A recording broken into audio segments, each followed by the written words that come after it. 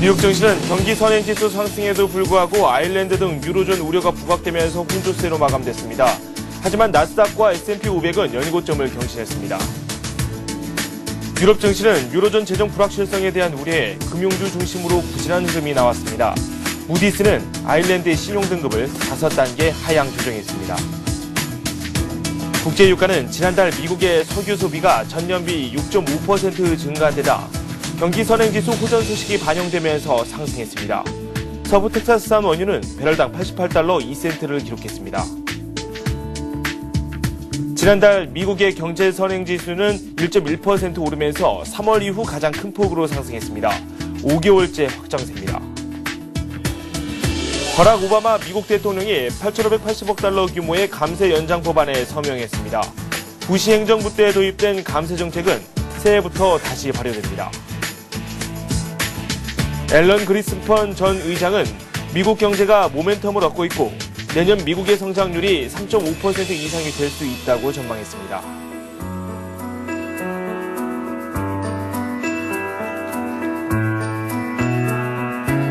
여러분 안녕하십니까? 굿모닝 센증시의 김종성입니다. 이 유럽의 위기감이 점차 고조되고 있습니다. 이 아일랜드의 신용등급 무디스가 5단계 하향 조정했습니다.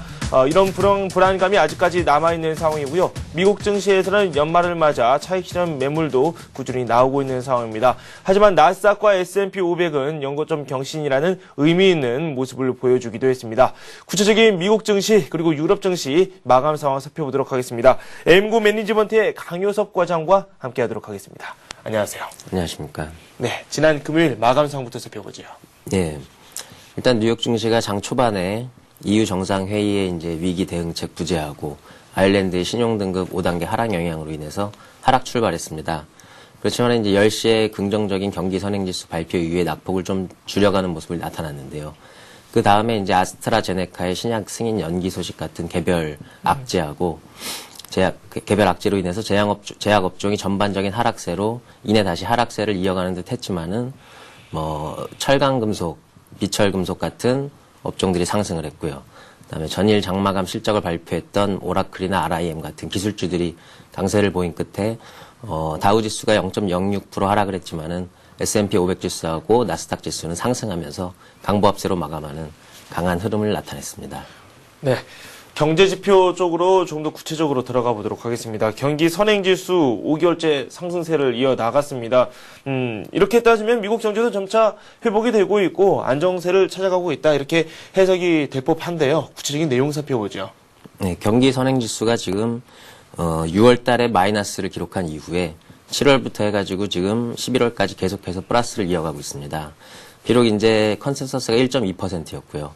11월 경기 선행지수가 1.1% 상승했긴 했지만 이 수치는 이제 올해 3월에 전월 대비 1.4% 상승한 것에 이어서 올해 두 번째로 높은 수치고요. 경기 선행지수를 구성하는 10개 구성 요소 중 가운데 신규 건축 허가를 제외하고 전 9개 전 지표가 전달 대비 플러스를 기록하면서 미국 경제가 굳건해질 것이다 라는 것을 보여줬습니다. 네. 그리고 미국에서는 오바마 대통령이 이 감세 연장 법안에 정식 서명을 또 했습니다. 참 논란이 있었던 내용이에요. 미국 민주당, 이 여당에서도 약간 반발이 있었던 건 사실이고요. 하지만 이 감세 연장안이 이 또 다른 경기 부양안이 될 수 있을 것이다. 이렇게 전망하시는 분들도 분명 있었습니다. 어떤 효과를 불러올지 내용을 한번 좀 살펴보죠. 네, 장단점이 둘 다 있고요. 감세안이 의회 통과가 될 것이다, 안 될 것이다, 불확실한 상황에서 일단 통과가 됐는데 277대 248로 간발의 차로 이제 통과가 됐습니다. 네네. 일단 자본소득하고 배당 관련 세금이 동결됐고요. 그다음에 이제 장기 실업자에 대한 실업수당이 연장해서 지급되기 때문에 일단 정부 부문에 이제 지원이 증가하는 거겠죠. 그래서 가계 가처분 소득에 대한 정부 부문 기여도가 한 1%에서 1.5% 정도 상승할 것이다. 이렇게 이제 긍정적인 부분이 있고요. 단점으로는 이제 감세가 되면은 이제 3천억에서 3천억 불에서 5천억 불 사이에 이제 세금이 들어오지 않기 때문에 재정이 추가로 악화될 염려가 있습니다. 그래서 현재 미국이 이제 저금리 기조를 이어가기 위해서 양적 완화 2를 지금 실행을 하고 있는 상황인데 이것으로 인한 국채 안정 효과가 과연 이제 있을지 모르겠다. 왜냐하면 이제 국채 금리가 재정 악화로 인해서 상승할 가능성이 있기 때문에요. 그래서 미국이 이제 이것을 반감시키기 위해서 오히려 양적 완화 이제 3단계까지 가지 않겠냐 하는 의견도 시장 일각에서 나오고 있는 상황입니다. 네, 그렇군요. 그리고 앨런 그리스펀 전 FRB 의장이죠. 네, 이분이 또 내년 미국 경제에 대해서 상당히 좋게 평가를 내렸어요. 4분기부터 당장 효과가 나타날 수도 있다. 뭐 이런 취지의 발언을 했다고 하는데 내용 한번 살펴볼까요? 네, 일단 뭐 경기 선행 지수가 계속 플러스로 돌고 있는 상황이고 3분기 GDP 역시 이제 계속 상향 조정되는 상황입니다. 그래서 4분기에 분위기가 좋을 것으로 예상하는 전문가들이 많아졌고요. 일단 뭐 유럽은 분위기가 아직 안 좋은데 미국은 상대적으로 분위기가 좋습니다. 그린스펀 의장이 이제 2011년에 미국의 GDP 성장률이 최대 3.5%까지 갈 수 있다.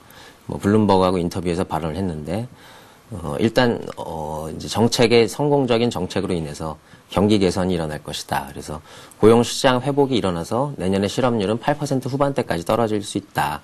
예상했고 이제 이런 경제 성장에 따라서 2011년 주가도 상승세를 보일 것으로 전망했는데 이것은 이제 지난주에 핌코 CEO가 발언했던 것과 비슷한 내용입니다. 그래서 핌코가 내년에 실제로 우선주하고 CB 등 이제 주식 연계 자산에 투자할 계획을 밝혔었는데요. 네. 이것이 이제 2003년 이후에 8년 만의 일이었기 때문에 일단 2011년에 대한 주식 시장에 대한 기대감은 어느 때보다 높아져 있는 상황이다. 이렇게 볼 수 있겠습니다. 네, 유럽 쪽을 가리켜서는 상황이 좀 좋지 않다 이렇게 말씀을 해주셨는데요. 그러면 저희가 유럽 쪽도 살펴봐야 되겠죠.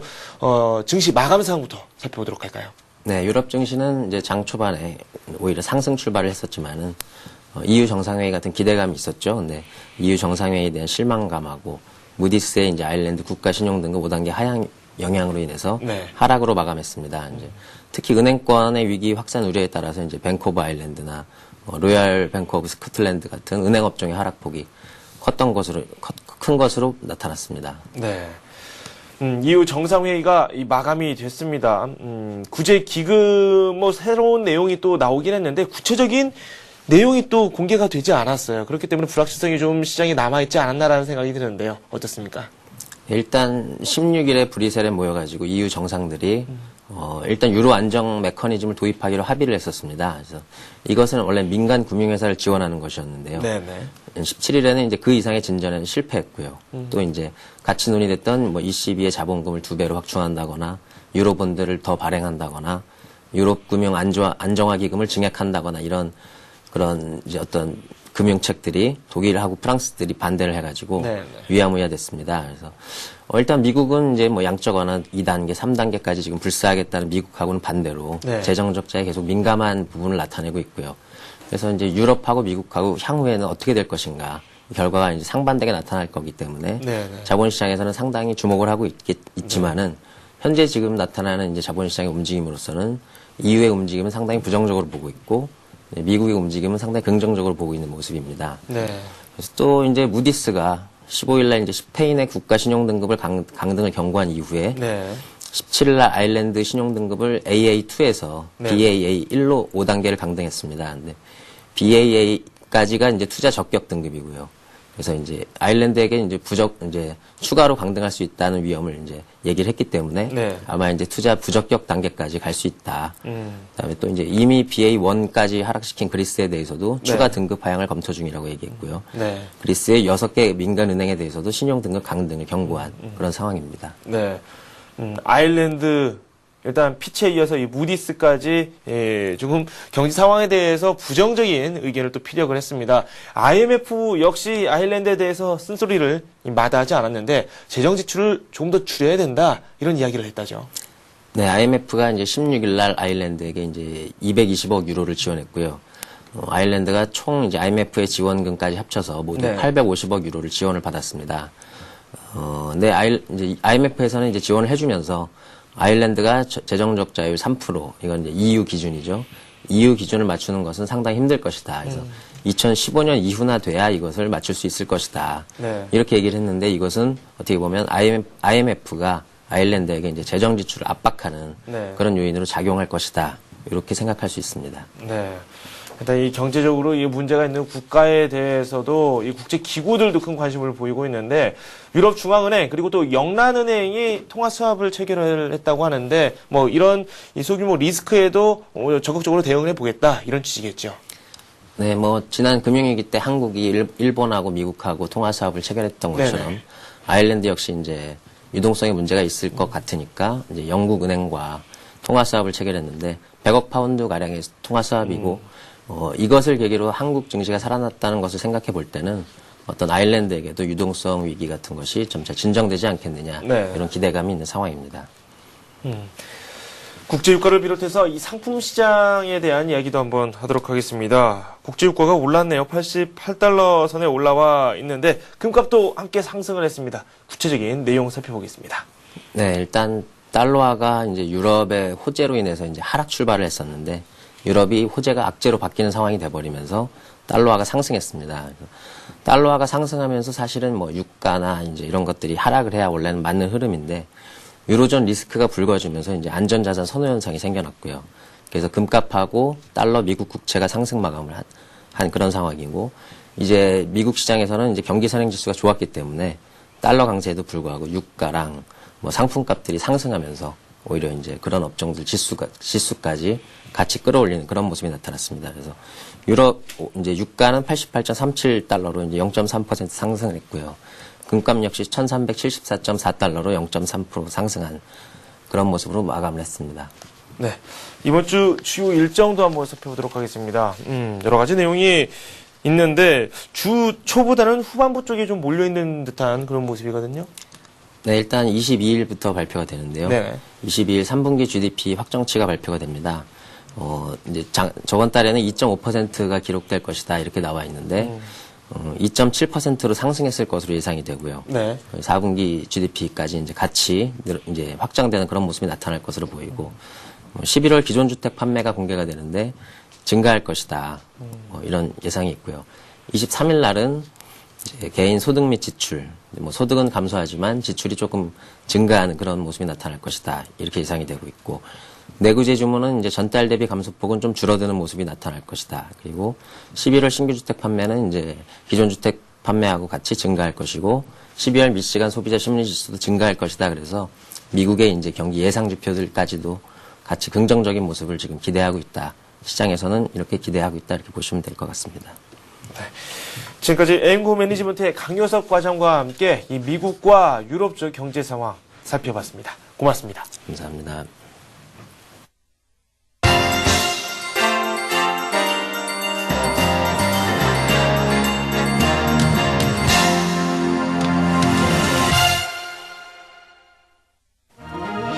안녕하세요. 글로벌투데이 박미라입니다. 이번 한 주도 보다 발빠르고 생생한 지구촌 소식들 전해드리겠습니다. 먼저 AP통신 주요 소식부터 만나봅니다. 성탄 연휴를 앞둔 유럽에 올겨울 들어서 두 번째 폭설이 내리면서 일부 공항이 폐쇄되고 철도와 고속도로가 마비되는 등 교통체계가 큰 혼잡을 빚고 있습니다. 영국의 경우 런던을 비롯한 잉글랜드 전역에 폭설이 내리면서 영국의 제2의 항공 광문인 런던 게트윅 공항 등 주요 공항이 오후 5시까지 폐쇄돼 항공기 운항이 전면 취소됐고 최대 공항인 히스로 공항과 스탠스테드 공항 등에서도 운항 취소와 지연 등이 이어졌습니다. 철도 운행도 차질을 빚어 잉글랜드 남부선과 남동선, 남서선 등의 취소가 잇따랐고 주요 고속도로와 국도에서 차량이 거북이 운행을 했습니다. 독일에서 가장 분주한 프랑크푸르트 공항도 기상 악화로 이날 170편의 항공기 운항을 취소했다고 공항 당국이 밝혔습니다. 공항 폐쇄로 약 2,500명의 승객이 프랑크푸르트 공항에서 밤을 보냈고 독일 항공사 루프트한자는 국내 항공편이 취소된 승객들을 위해 철도편을 마련했습니다. 네덜란드 암스테르담 스히플 공항에서도 수십 편의 항공기 운항이 취소돼 약 3,000명의 승객들이 공항 청사에서 발이 묶였습니다. 이탈리아 토스카나 지방에서는 20cm 이상의 내린 폭설로 인해 피렌체 주변의 고속도로에서 수백 대의 차량이 발이 묶였고 밀라노와 피렌체, 로마를 잇는 고속 열차편도 취소돼 약 5,000명의 승객들이 토스카나 주정부청사 회의실에서 밤을 보냈고 피렌체와 피사 공항은 폐쇄됐습니다. 영국 윌리엄 왕자 커플이 약혼 이후 첫 공식 행사를 기부 행사로 시작했습니다. 내년 4월 결혼식을 앞두고 30년 만에 이루어지는 왕가 결혼식에 영국은 연일 들뜬 분위기인데요. 윌리엄 왕자 커플은 노폭 지역에서 열린 성탄 시즌 연례 행사인 서스퍼드 크리스마스 쇼에 모습을 드러냈습니다. 미들턴은 이날 무릎 바로 위 길이의 우아한 흑백 드레스와 몸에 꼭 맞는 검은 재킷, 하이힐 차림에 손에는 작은 검은색 핸드백을 들었는데요. 이날 행사의 모금액은 케임브리지 소재 병원의 암 병동을 신축하는 데 쓰일 예정입니다. 행사의 주빈으로 초청된 윌리엄 왕자 커플은 행사 중간에 노퍽주의 소아암 환자들을 만났는데요. 미들턴이 약혼 후 첫 공식 행사로 암 자선 행사를 선택한 것을 놓고 결혼 후 왕자비로서 암 자선 활동을 활발하게 펼칠 것이라는 전망이 나오고 있습니다. 한편 윌리엄 왕자의 동생 해리 왕자도 이날 아프리카 소국 레소토에서 구호 인도주의 활동을 펼친 공로를 인정받아 독일 GDF 방송으로부터 아이들을 위한 마음상을 수상했는데요. 아이들을 위한 마음은 현지 방송 최대의 연말 자선 프로그램으로 독일 전역에 방송됐습니다. 해리 왕자는 가슴 깊은 곳으로부터 감사를 드린다며 그가 공동 설립한 레소토 소아 에이즈 환자 구호단체 센테발레에 대한 지원을 호소했습니다. 중국이 원자바오 총리의 파키스탄 방문 기간 동안 파키스탄과 대규모 경제협력 계약을 체결했습니다. 중국은 2011년 한 해를 발판으로 양국의 우호 관계를 더욱 강화할 것이라고 밝혔는데요. 중국은 원 총리의 방문 첫날에 총 200억 달러 규모의 계약을 체결한 데 이어 다음 날인 18일에도 150억 달러에 가까운 규모의 경협에 합의했습니다. 양국 기업과 단체들은 이날 이슬라마바드 메리어트 호텔에서 서명식을 갖고 150억 달러에 달하는 18개 항목의 계약을 체결했다고 파키스탄 상공회의 소장이 밝혔는데요. 이날 취재진에게 배포된 보도 자료에 따르면 가장 큰 규모의 계약은 65억 달러에 달하는 풍력 태양력 공동개발 프로젝트입니다. 원 총리는 방문 마지막 날인 19일에는 아시프 알리 자르다리 파키스탄 대통령과 만나 전통적인 양국 우호 관계를 강화하기로 합의했는데요. 원 총리는 중국은 오랜 세월 쌓아온 파키스탄과의 우호 관계를 중시하면서 양국 간 협력을 확대시켜 나갈 것이라고 말했고 자르다리 대통령도 중국과 파키스탄은 진정한 동반자이자 가까운 형제로서 중요한 국제 이슈에서 같은 입장을 견제 나갈 것이라고 화답했습니다. 그는 전날 환영 오찬에서도 어떤 상황에서도 우리는 파키스탄과의 우호 관계 강화에 대한 약속을 저버리지 않을 것이라고 말했는데요. 원 총리는 이슬라마바드에 건립되는 양국 우호센터가 양국 간 우호 관계 강화에 큰 역할을 할 것이며 2011년 양국 우호의 해를 통해 협력이 강화될 것이라고 기대했습니다. 러시아 인접한 옛 소련 공화국 벨라루스에서 대선이 치러졌습니다. 선거 부정으로 인해 혼란이 빚어졌던 다른 해에 비해 이번 선거는 비교적 온화한 분위기 속에서 진행됐는데요. 알렉산드로 루카센코 현 대통령을 포함 10명의 후보가 참여한 이번 선거에서는 4선을 노리는 루카센코 대통령의 승리가 확실시되고 있습니다. 1994년부터 벨라루스를 통치하고 있는 루카센코 대통령은 이번 대선에서 4번째 임기에 도전하고 있는데요. 하지만 다른 9명의 후보들이 그의 경쟁 상대가 되지 못해 루카센코의 4선이 무난할 것으로 예상되고 있습니다. 루카센코는 앞서 3번이나 대선에서 승리했지만 그때마다 국제 참관단은 선거의 공정성에 의문을 제기했는데요. 그러나 이번에는 예년 선거 때와 달리 루카센코 대통령을 제외한 9명의 후보에게도 TV와 라디오 토론 기회가 주어졌고 야당 후보들의 선거 운동에 대한 정부의 방해도 적었습니다. 그럼에도 대다수 유권자들은 선거 결과가 이미 정해진 것이나 마찬가지여서 정치적 해빙은 국제사회 선거의 공정성을 선전하기 위한 술책에 불과하다고 믿고 있다고 BBC 방송은 전했습니다. 야당 후보 가운데 한 명인 안드레이 사니코프는 방송에서 루카센코는 서방의 지원을 얻기 위해 이런 술책을 쓴 것이라며 벨라루스의 경제는 아주 어려운 상태에 있고 그에겐 차관이 또 필요했다고 지적했습니다. 이스라엘 공군이 가자 지구에서 로켓 발사를 시도하던 팔레스타인 무장대원을 공습해 5명이 사망했습니다. 보도에 따르면 이스라엘군은 성명을 통해 이스라엘 영토를 향해 로켓 공격을 준비 중이던 팔레스타인 무장대원들을 확인하고 목표로 삼았다고 밝혔는데요. 팔레스타인 관리들은 숨진 5명이 무장대원이라고 밝혔으며 이들은 이슬람 지하드와 인민해방위원회 소속인 것으로 알려졌습니다. 가자 지구를 통치하고 있는 팔레스타인 무장정파 하마스는 군소 조직들의 이스라엘에 대한 로켓 공격을 하지 말도록 설득했으나 통하지 않았다고 밝혔는데요. IDF는 올해 가자 지구 국경을 넘어 약 200여 발의 로켓과 박격포 공격이 있었다고 설명했습니다. 지난주에는 가자 지구 국경에서 2명의 팔레스타인 무장대원이 IDF와의 교전에서 사망했으며 IDF 병사 1명도 부상을 입은 바 있습니다. 아프가니스탄에서 탈레반에 의한 2차례 자살폭탄 테러로 자국범을 포함해 총 20명이 목숨을 잃고 23명이 다쳤습니다. 끊이지 않는 테러로 인해 아프가니스탄은 공포로 가득한 상황인데요. 내무부는 카불에서 2명의 작폭 테러범이 군용 버스를 공격해 병사 5명이 사망하고 9명이 부상을 당했다고 전했는데요. 작폭범 가운데 1명이 버스 옆에서 폭탄 조끼를 터뜨렸고 다른 작폭범은 경찰에 사살당했다고 내무부 대변인 제마라이 바샤리가 말했습니다. 탈레반이 카불에서 작폭 공격을 가한 것은 거의 8개월 만입니다. 앞서 또 다른 작폭범 4명이 수류탄과 AK-47 소총으로 무장한 채 북부 쿤두주주 쿤두주시의 육군 징병센터를 습격해 병사와 경찰 9명이 숨졌고 군경 14명이 다쳤다고 현지 경찰국 압둘라만 아크타시 부국장이 전했습니다.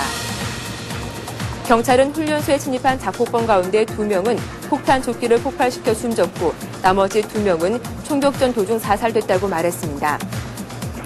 탈레반의 자비울라 무자히드 대변인은 전화로 이번 작폭 공격이 자신들의 소행이라고 주장했는데요.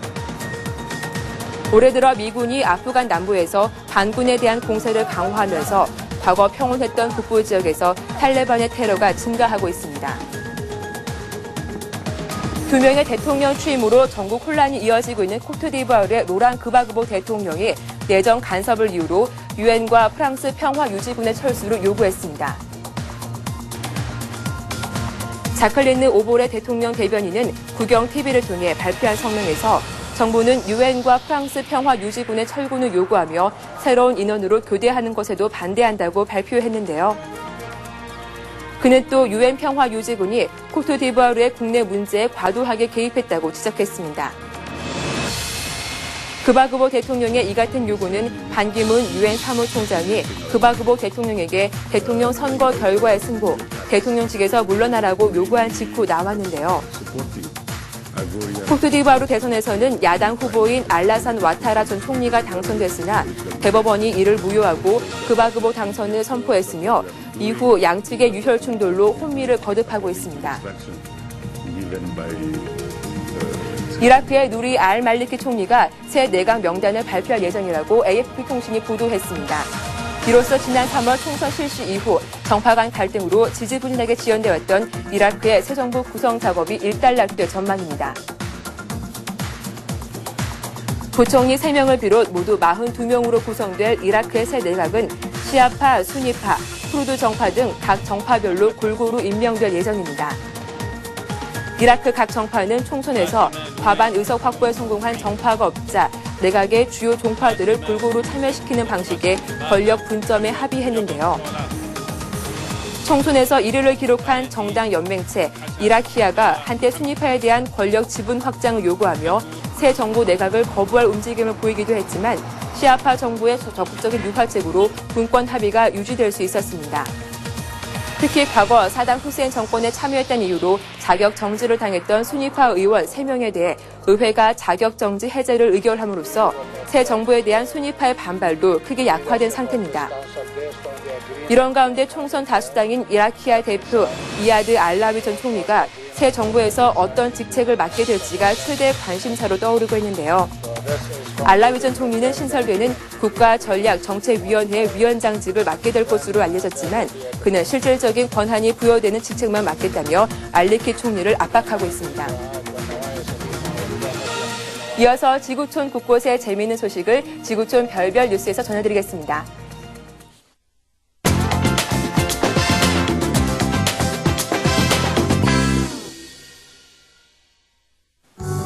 22년간 산타 아이템을 모으는 할아버지가 있어 화제가 되고 있습니다.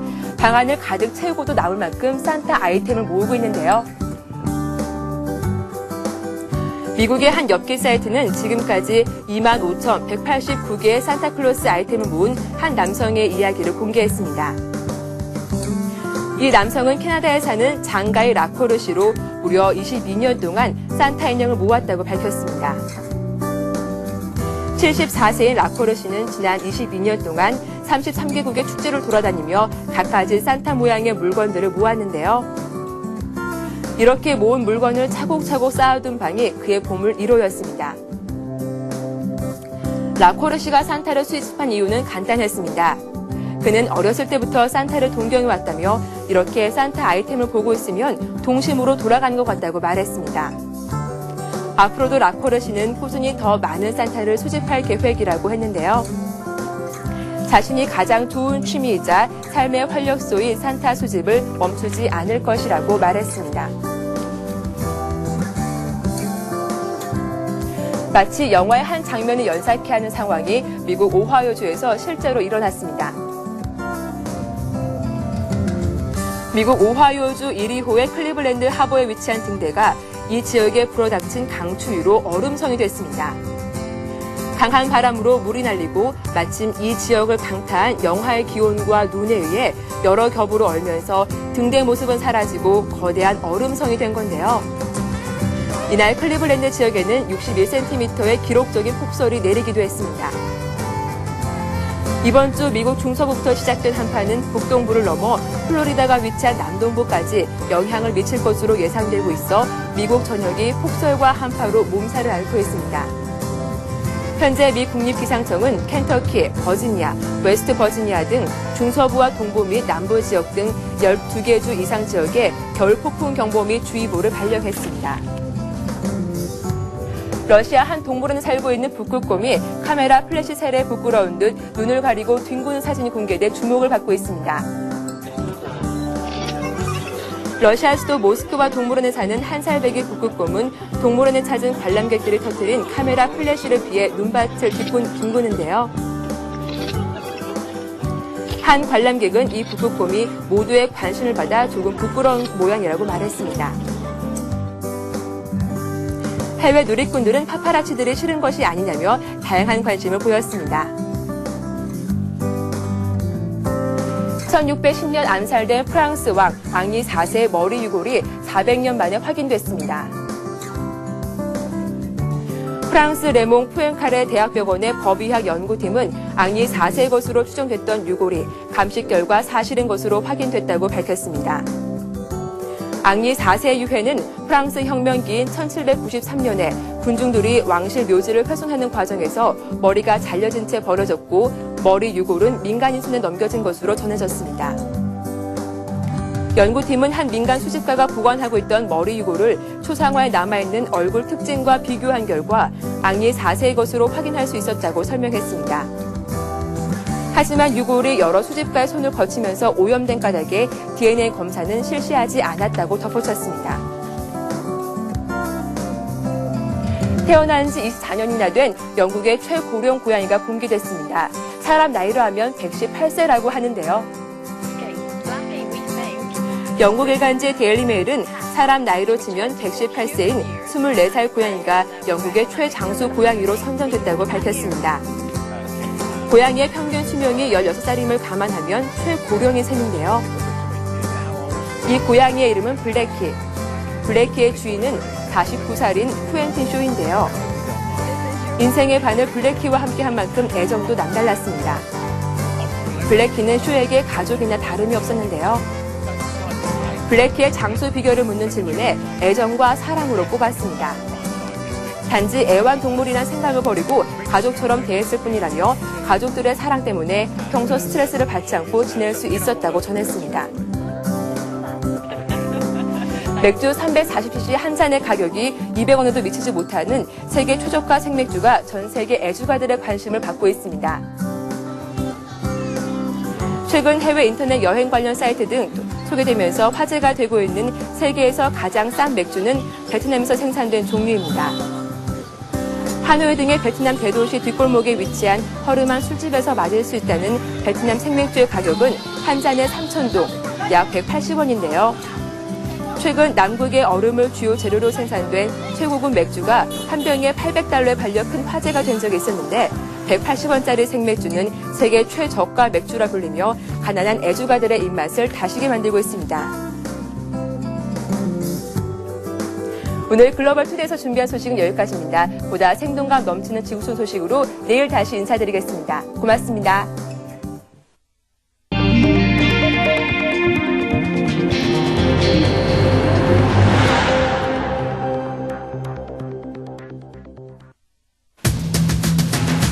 정부는 내년 하반기부터 은행의 비예금 외화 부채에 거시건전성 부담금을 부과한다고 밝혔습니다.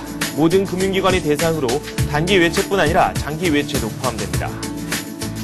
서울 지역의 아파트 거래가 늘면서 입주가 임박한 새 아파트 프리미엄이 살아나고 있습니다. 아파트 완공에 따른 후광 효과를 기대하며 일부 집주인들이 내놓았던 매물을 걷어들이고 있습니다. 내년부터 퇴직연금 중 근로자가 운용 방법을 선택할 수 있는 확정 기여형과 개인 퇴직 계좌도 주식형 펀드나 주식채권 혼합형 펀드에 투자할 수 있는 길이 열립니다. 기업들이 내년 노사 관계에서 가장 우려하는 부분은 복수노조 시행에 따른 혼란인 것으로 조사됐습니다. 기업들의 75%는 내년 노사 관계가 올해보다 불안해질 것으로 예상했습니다. 현대건설 채권단은 이르면 이번 주부터 현대차그룹과 현대건설 매각 협상에 나설 것으로 보입니다. 채권단은 오는 22일 현대그룹과 협상 중단이 최종 결정될 경우 곧바로 주주 협의회를 열어 현대차그룹과의 협상에 대한 논의에 나설 것으로 예상됩니다.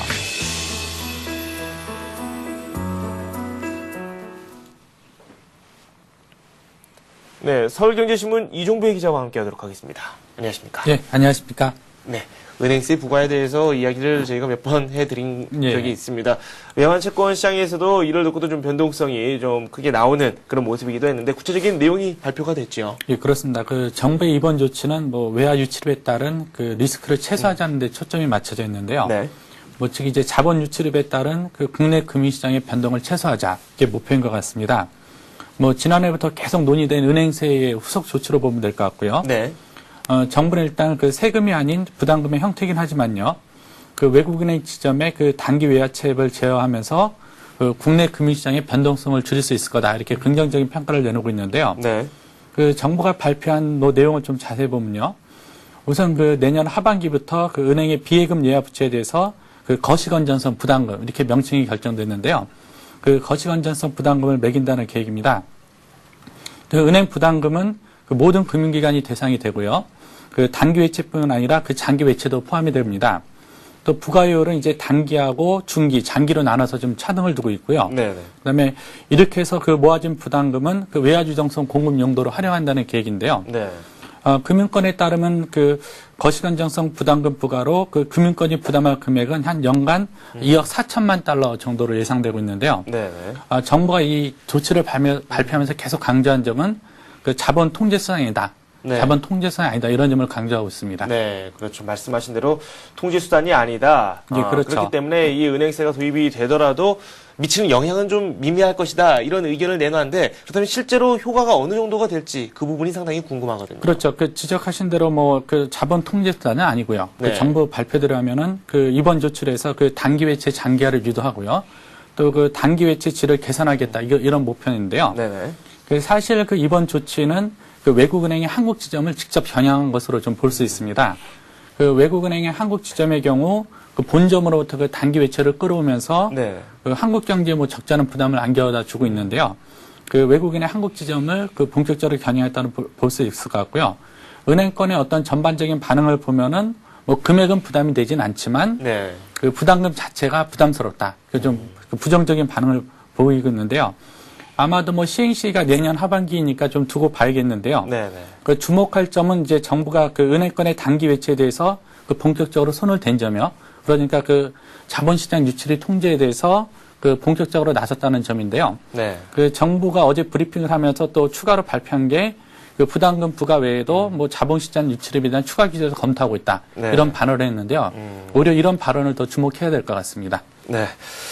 그리고 부동산 시장이 조금씩 살아나고 있는 것 같습니다. 일반적으로 어떤 상품에 대해서 흔히들 말하는 그 신상이라는 표현을 쓰지 않습니까? 그렇죠. 이 예. 아파트에서도 이 신상 프리미엄이 조금씩 붙고 있다고 하는데 구체적인 내용 살펴보죠. 네, 그렇습니다. 지금 현재 이제 서울 강남은 물론 이제 강북도 아파트 거래가 조금 늘고 있는데요. 최근에는 이제 유망 분양 지역을 중심으로 그 입주가 임박한 새 아파트의 분양권 프리미엄이 살아나고 있다는 소식입니다. 네네. 뭐 분양권 프리미엄 같은 경우는 불과 몇 달 전만 해도 마이너스 프리미엄이 대세였는데요. 그 최근 분위기를 타고 이제 반전되고 있는 것 같은데요. 네. 그 부동산 업계에 따르면은 그 올해 말부터 내년 초까지 입주가 이어지는 아파트 중에서요. 네. 뭐 용산 신계 이편한 세상, 그 마포구 레미안 공덕 오차, 그 서초구 반포 리체도 이제 입지가 괜찮은 지역들 있지 않습니까? 네. 입지가 괜찮은 아파트를 중심으로 해서 매수세가 붙고 있다는 건데요. 네. 그 내년 2월께 입주를 했던 그 용산 신계 이편한 세상의 경우 그 전용 85평방미터 분양권이 현재 8억 3천만에서 8억 5천만 원 수준에 거래되고 있는데요. 네. 일반 분양가가 한 7억 9천만 원이니까 한 4천만에서 6천만 원이 좀 프리미엄 붙어 있습니다.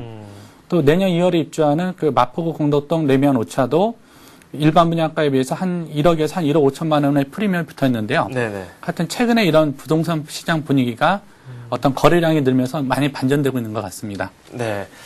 이 각 기업들이 이 퇴직연금 시장에 큰 관심을 보이고 있습니다.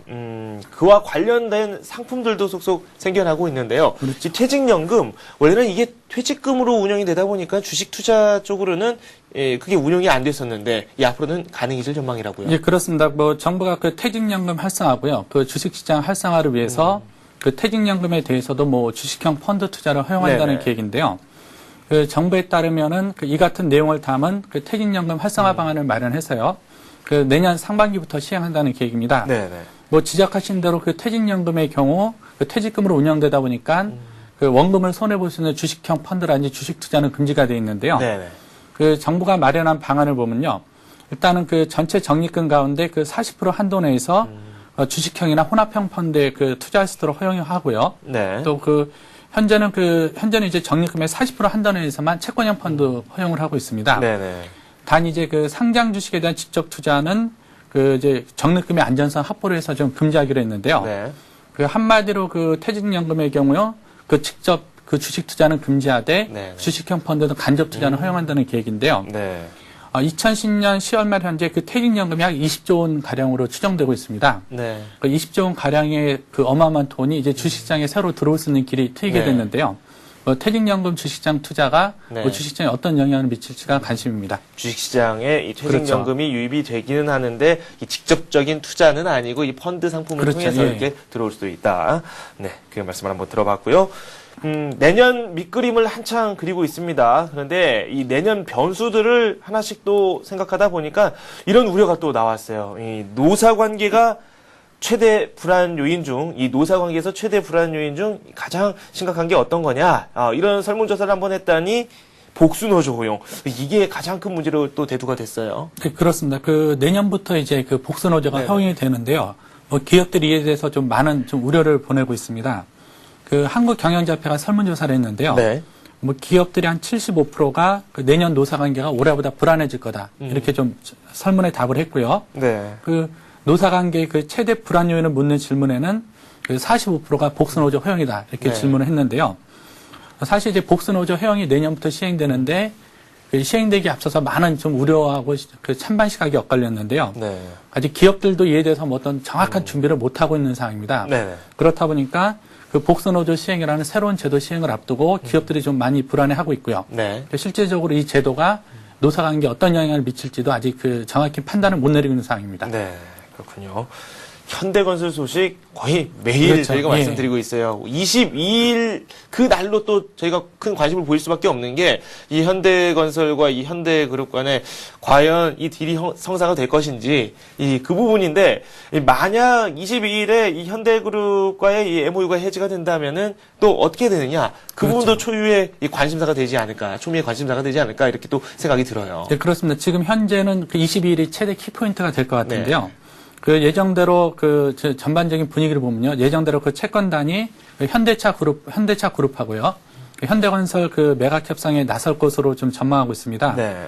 그러니까 채권단에 따르면은 일단 오는 22일이요. 그 현대그룹과의 협상 중단이 최종 결정이 되면은 그 곧바로 이제 주주협의를 열어서 그 현대차 그룹과 협상을 좀 논의한다는 계획인데요. 네네. 뭐 금주중으로 뭐 채권단이 현대건설 새 주인을 놓고 현대그룹을 완전히 배제하고요. 그 새 주인으로 그 현대차 그룹으로 좀 손을 내밀 것 같은데요. 네. 관심이 이제 그 현대그룹의 반응인데요. 일단 현대그룹은 지난 9일에 그 법원에 그 MOU 해지금지 가처분 신청을 제출했습니다. 네네. 만약 법원이 이를 받아들이면은 현대건설 애매는 뭐 또 다른 국면에 접어들 수 있을 것 같고요. 네.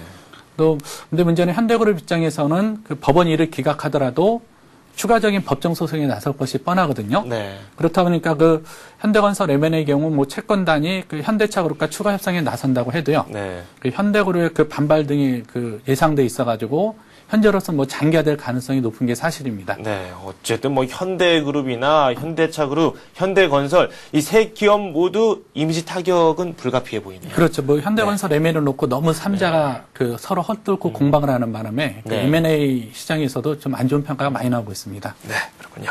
이번 주 주요 일정도 한번 살펴보도록 하겠습니다. 각 부처의 업무 보고 계속해서 이어지고요. 그리고 이번 주에 서민 물가 안정 대책이 발표된다고 하는데요. 주요 일정 살펴보죠. 네, 그렇습니다. 그 이번 주 역시 뭐 지난주에 이어서요. 그 정부 부처의 업무 보고가 좀 계속 이어질 예정이고요. 네. 또 그 기획재정부에서 뭐 서민 물가 안정 대책도 좀 공개할 예정입니다. 네. 그 일정별로 보면요. 그 20일에는 그 기획재정부에서 그 내년도 그 이제 관세이나 품목을 발표하는데요. 네. 그 원당 재분용 등 한 67개 품목에 대해서 그 관세를 인하한다는 계획입니다. 네. 이 관세 이하는 그 서민의 물가 안정이라는 의도가 좀 많이 담겨 있고요. 그 한국은행 또 20일에 그 외환보유액이 단기 외채 유입에 미치는 영향 보고서를 내놓는데요. 은행세 도입과 좀 맞물려 있지 않습니까? 그렇다니까 보고서 내용이 어떻게 담길지 관심입니다. 또 20일에는 그 행정안전부하고 그 법무부 등의 업무 보고도 좀 예정이 되어 있습니다. 그러니까 22일에는 그 정부에서 2011년에서 2015년 그 공적개발 원조 기본계획을 발표를 하는데요. 네. 정부는 그 이날 발표에서 그 동남아시아에 집중된 그 공적개발 원조 지원 규모를요. 뭐 중동이나 중앙아시아 등 그 신흥국으로 좀 확대할 방침인데요. 네. 아마 이거는 그 자원 이게 공적개발 원조를 통해서 우리의 자원 외교를 넓혀가는 측면이 좀 있는 것 같습니다. 네. 또 22일에는 그 기획재정부에서 그 2009년 그 지역소득 통계 결과를 공개합니다. 그러니까 22일에는 그 한국은행이 그 내년도 그 경제동향 간담회를 개최하는데요. 이에 앞서서 한국은행은 우리 경제가 내년 성장률을 한 4.5% 이렇게 전망을 했는데요. 네. 이번 그 경제간담회에서는 이 4.5%라는 성장률 전망치를 근거로 해서요. 그 내년도 그 통화정책 운영 방향에 대해서 그 심도 깊은 논의가 예상되고 있습니다. 네. 또 23일에는 이제 과천청사에서 그 국민경제대책회의가 범정부 차원에서 열리고요. 네. 또 23일에는 그 한국은행에서 그 10월 소비자 동향 지수도 공개합니다. 그다음에 24일에는 그 기획재정부 주관으로 그 대외경제 장관회의가 예정돼 있고요. 네. 또 이날 국세청에서 그 이제 13월에 그 월급이라고 하죠. 그 연말정산에 대한 네. 안내가 발표될 예정입니다. 네, 알겠습니다. 서울경제신문 이종배 기자와 함께 오늘의 이슈 이 많은 내용 살펴봤습니다. 고맙습니다. 네, 감사합니다. 지난 금요일 우리 증시 상당히 좋은 흐름이 나왔습니다. 2020선 위로 올라갔고 이 장중 고점 2027까지 올라갔었나요? 상당히 좋았습니다. 외국인들이 매수세를 꾸준히 유지하고 있는데 오늘은 또 어떤 모습을 보일지 큰 관심을 끌고 있습니다. 저는 출발센 증시에서 찾아뵙겠습니다.